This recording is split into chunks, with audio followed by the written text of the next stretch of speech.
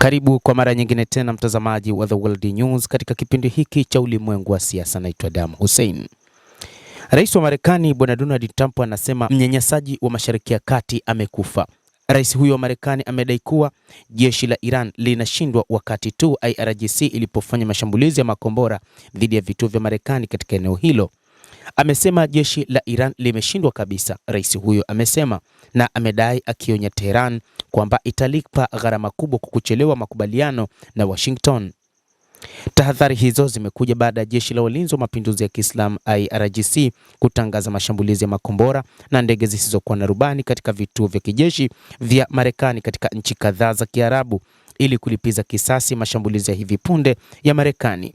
Kamandi kuu ya Marekani ilisema operesheni hizo ndani ya Iran zilifanywa baada ya kuangushwa kwa helikopta ya AH-64 aina ya Apache kupotea karibu na mlango wa bahari Hormuz, tukio ambalo inalaumu Tehran. Trump alichapisha kupitia ukurasa wake wa Truth Social mnamo Jumatano kwamba nchini Iran hakuna mazungumzo yoyote na hakuna hatua, na kuongeza kuwa mnyanyasaji wa Mashariki ya Kati amefariki. Ameandika hivyo rais wa Marekani Donald Trump.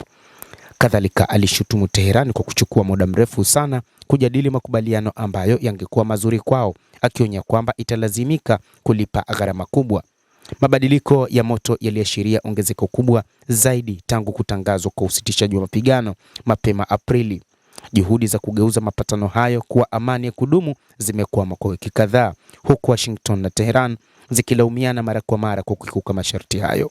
Kupitia msemaji wa Wizara ya Mambo ya Nje ya Iran Esmail Baqei alisema mashambulizi ya Marekani yamehatarisha mazungumzo hayo na kuilaumu Tehran kutathmini upya ushiriki wake. Alishutumu Washington kwa kudhoofisha diplomasia kupitia hatua za kijeshi na ujumbe wa kinzani, huku akilaumu operesheni za Israel nchini Lebanon kwa kuharibu zaidi mchakato huo.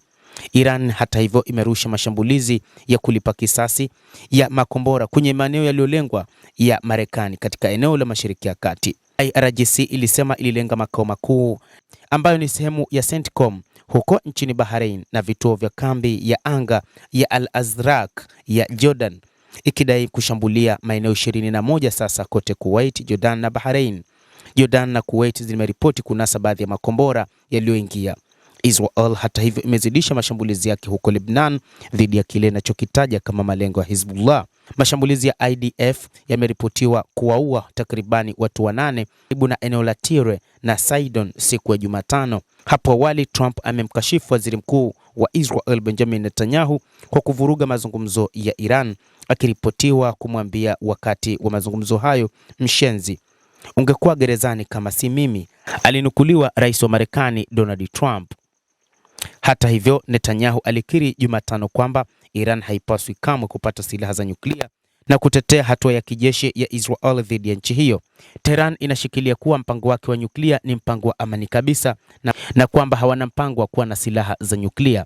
Endelea kutufuatilia mtazamaji, na nikusihi usisahau kulike, usisahau kucomment, kadhalika usisahau kusubscribe channel yetu hii ili upate habari hizi kwa mapana kupitia The World News. Naitwa Adam Hussein, endelea kuwa nasi wakati wote, endelea kutufuatilia.